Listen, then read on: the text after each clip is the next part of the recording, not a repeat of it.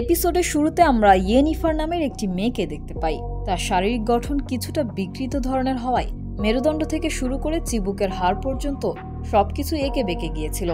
ইয়েনিফার যেই গ্রামে থাকত সেই গ্রামের লোকেরা তার চেহারা ও তার শারীরিক গঠন নিয়ে প্রায়ই উপহাস করত।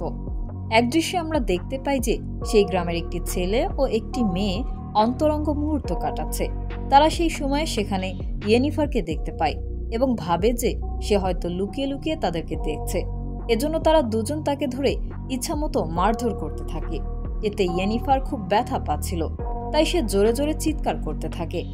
এরপর আমরা দেখতে পাই যে সে হঠাৎ করেই একটি অন্ধকার গুহাতে টেলিপোর্ট হয়ে যায়। সে নিজেও বুঝতে পারে না যে তার সাথে আসলে কি হলো।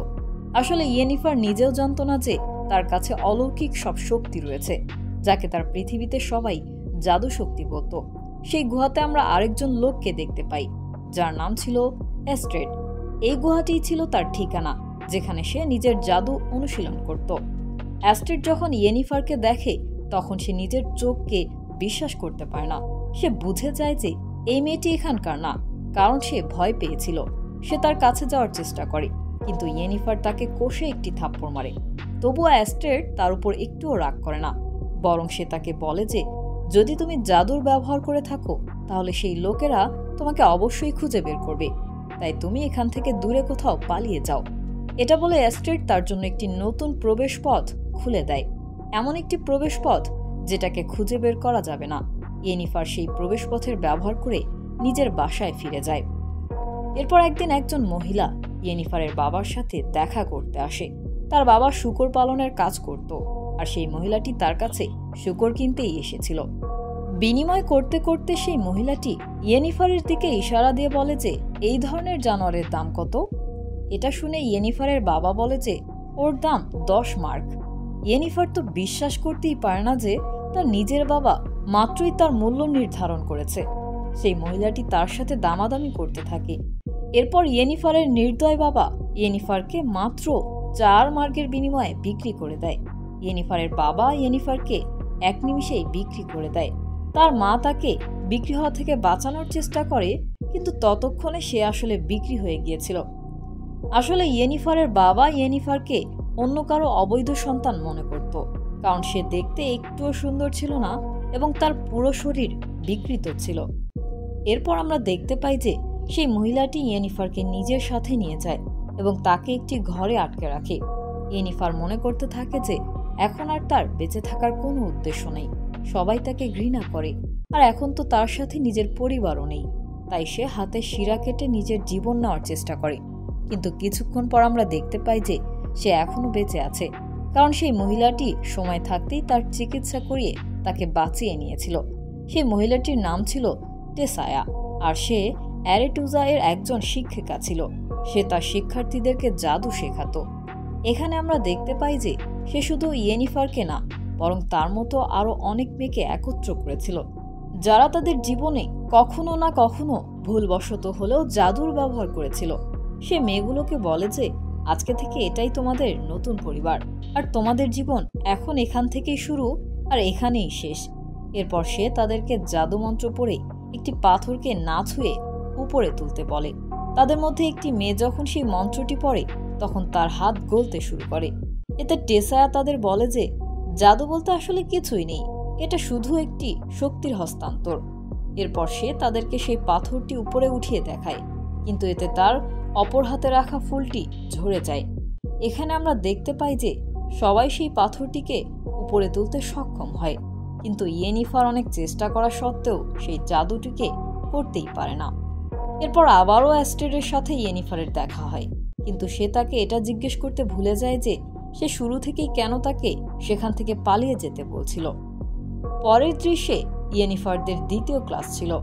সেখানে টেসায়া তাদেরকে একে অপরের মন পড়তে বলে। এতে সব মেয়েরা এক জায়গায় বসে একে অপরের চোখের দিকে তাকিয়ে সারাটা দিন কাটিয়ে দেয়। এখানে ইয়েনিফার সবচেয়ে প্রথমে টেসায়াকে বলে যে সে মনের কথা পড়ে ফেলেছে। টেসায়া জানতো যে সে মিথ্যা বলছে, তাই সে ইয়েনিফারকে বকা দেয় এবং বলে যে তার এমন আচরণের কারণেই কেউ তাকে পছন্দ করে না। সে যদি দেখতে সুন্দরও হতো তবুও তার এমন আচরণের কারণে কেউ তাকে পছন্দ করত না। এসব শুনে ইয়েনিফার অনেক হতাশ হয়ে যায়। তখন অ্যাস্ট্রেড তাকে বোঝায় যে কিছু মানুষের জাদু শিখতে একটু সময় লেগে যায়, আর এটি খুবই স্বাভাবিক একটি বিষয়। আর সে তো প্রথম চেষ্টাতেই একটি নতুন প্রবেশ পথ খুলতে সক্ষম হয়েছিল, আর এটি কোনো স্বাভাবিক বিষয় ছিল না। এক পর্যায়ে সে ইয়েনিফারকে নিজের মন পড়তে বলে, আর এখানেই আমরা দেখতে পাই যে এইবার ইয়েনিফার তার মন পড়তে সক্ষম হয়েছিল। পরের ক্লাসে টেসায়া তাদেরকে নিজেদের শক্তির ব্যবহার করে কখনো নিয়ন্ত্রিত না হওয়া একটি জিনিসকে কিভাবে নিয়ন্ত্রণ করতে হয় সেটিই শেখায়। এটি ছিল আকাশের বিদ্যুৎ চমকানো। যখন একটি মেয়ে সেটিকে নিয়ন্ত্রণ করার চেষ্টা করে তখন সে অনেক জোরে বৈদ্যুতিক শক খায়, এতে সে অজ্ঞান হয়ে যায়। যদিও তার নিঃশ্বাস চলছিল, কিন্তু তবু এতে সবাই খুব ভয় পেয়ে যায়। এরপর ইয়েনিফার যখন সে বিদ্যুৎটি ধরার চেষ্টা করে তখন সেও শক খায়। এখানে আমরা দেখতে পাই যে তাদের মধ্যে একটি মেয়ে সেই বিদ্যুৎ চমকানোকে নিয়ন্ত্রণ করতে সক্ষম হয়। এতে টেসা তার প্রতিভার প্রশংসা করে আর ইয়েনিফারকে শূকরের বাচ্চা বলে তার মজা নিতে শুরু করে। ইয়েনিফার এবার আর সহ্য করতে পারে না, তাই সে রেগে গিয়ে বিদ্যুৎটি সেই মেয়েটির গায়ে ফেলে দেয়। টেসা সেই মেয়েটিকে বাঁচিয়ে নেয় আর ইয়েনিফারকে সতর্ক করে দেয় যে তোমাকে তোমার মনের মতো চলা ঝড়কে শান্ত করতে হবে, নয়তো তুমি নিজের জন্য ও নিজের আশেপাশের মানুষের জন্য বিপজ্জনক হয়ে যেতে পারো। আসলে টেসা চাচ্ছিল না যে যখন সে মেয়েদেরকে রাজার কাছে পাঠাবে তখন যেন কোনো অভিযোগ আসে। পরের দৃশ্যে দেখা যায় যে ইয়েনিফার আবার অ্যাস্ট্রেডের কাছে গিয়েছে। এখানে আমরা দেখতে পাই যে তাদের মধ্যে প্রেম শুরু হচ্ছিল। ইয়েনিফারের এমন কুৎসিত রূপ দেখেও অ্যাস্ট্রেড তাকে একটি ফুল দেয়।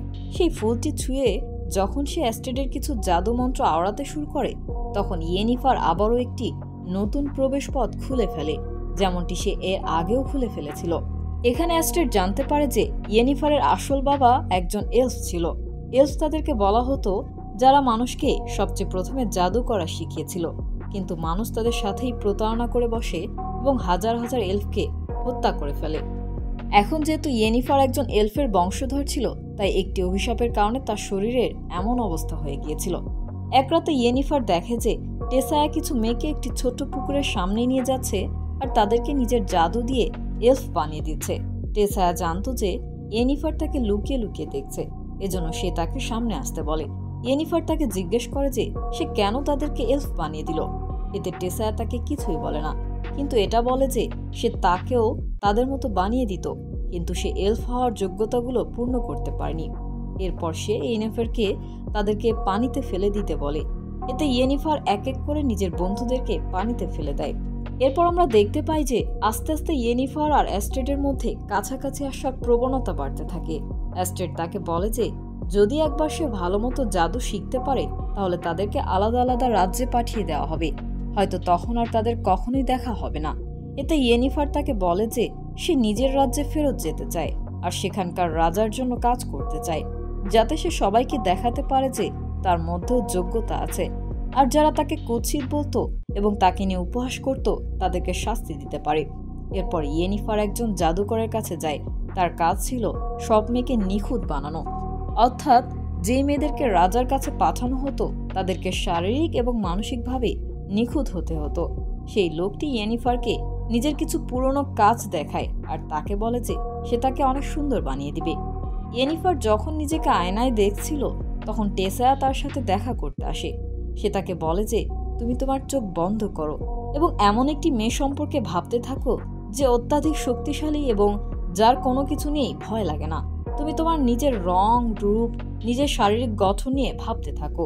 ইয়েনিফার যখন এসব কল্পনা করছিল তখন টেসায়া তার কল্পনাগুলোকে আয়নায় হস্তান্তর করে দেয়, কিন্তু ইয়েনিফার দেখে যে আয়নায় তখনও তার নিজের চেহারাই দেখা যাচ্ছিল। এরপর আমরা দেখতে পাই যে টেসায়া আর সেই লোকদের মধ্যে সভা চলছিল, যারা এটা সিদ্ধান্ত নিত যে কোন মেয়েকে কোন রাজার কাছে পাঠানো হবে। টেসায়া ইয়েনিফারকে তাদের রাজ্যে এড্রিয়েনে পাঠাতে চাইতো, আর এই বিষয়ে সে ইয়েনিফারকে কথাও দিয়েছিল। কিন্তু এখানে আমরা দেখি যে সবাই একজন তার কথার বিরোধিতা করে সবাইকে বলে যে ইয়েনিফার একজন এলফের বংশধর, আর সবাই জানে সে এডিনের রাজা এলফদেরকে কতটা ঘৃণা করে। আসলে টেসায়া ইচ্ছাকৃতভাবেই এই কথাটি সবার কাছ থেকে লুকিয়ে রেখেছিল, কিন্তু এখন যেহেতু সবাই এই সত্যিটি জেনে গিয়েছিল তাই এখন তারা সিদ্ধান্ত নেয় যে তারা ইয়েনিফারকে নেলফগার্ড রাজ্যের রাজার কাছে পাঠাবে। যখন ইয়েনিফার এটা জানতে পারে তখন সে টেসায়াকে বলে যে আমি সবার সাথে একবার কথা বলতে চাই। তারা আমাকে নেলফগার্ড পাঠাতে পারে না। ইয়েনিফার জানতো যে নেলফগার্ড অনেক খারাপ একটি জায়গা, এজন্যই সে ওখানে যেতে চাইছিল না।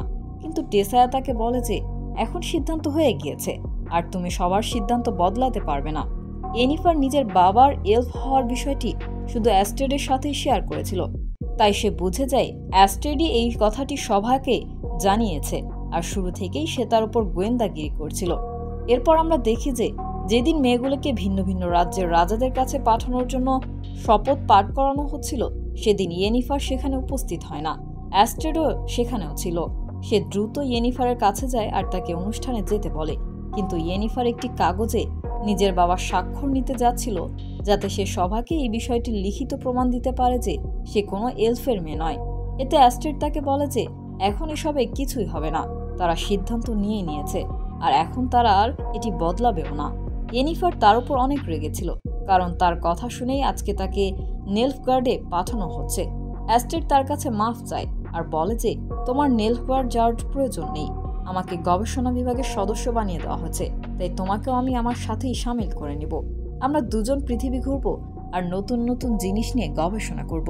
কিন্তু ইয়েনিফার তাকে বলে যে আমি তোমার সাথে যেতে চাই না, আমি সবচেয়ে শক্তিশালী হতে চাই, আমি তোমার মতো হতে চাই না যার কাছে জীবনকে খুব সহজ মনে হয়।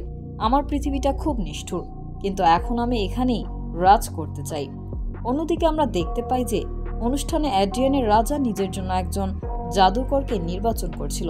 সে তারই রাজ্যের কোনো মেয়ে চাচ্ছিল, কিন্তু সবার সদস্যরা তো ইয়েনিফারকে প্রথমেই খেলার মাঠ থেকে সরিয়ে দিয়েছিল। অবশেষে রাজা একটি মেয়েকে নির্বাচন করে, কারণ তার কাছে এর চেয়ে ভালো আর কোনো উপায় ছিল না।